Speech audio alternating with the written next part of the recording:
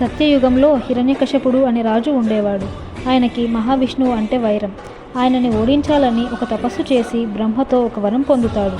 నన్ను చంపాలంటే మనిషి కాదు, జంతువు కాదు, ఆయుధము కాదు, వీటిచే నేను హరింపబడకూడదు అనే వరాన్ని పొందుతాడు. ఆ తర్వాత ఆయనకు భక్త ప్రహ్లాదుడు అనే పుత్రుడు జన్మిస్తాడు. ప్రహ్లాదుడు విష్ణు భక్తుడు. ఆయన తండ్రి శివభక్తుడు. ప్రహ్లాదుడితో విష్ణు భక్తి మాన్పించడానికి చాలా కష్టపెడతాడు. పాములతో కరిపించి, ఏనుగులతో తొక్కించి, అగ్నిలో వేసి, కొండపై నుంచి విసిరేసి, జైలులో బంధించి ఇలా ఎన్ని చేసినా ప్రహ్లాదుడు తిరిగి వస్తాడు. విష్ణు భక్తి మానడు. చివరకు తన కొడుకుని తనే చంపడానికి బయలుదేరుతాడు.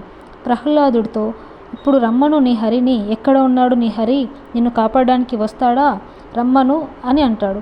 అప్పుడు అక్కడ ఉన్న స్తంభంలో నుంచి విష్ణుమూర్తి నరసింహావతారంలో బయటికి వచ్చి హిరణ్యకశపుణ్ణి వధిస్తాడు.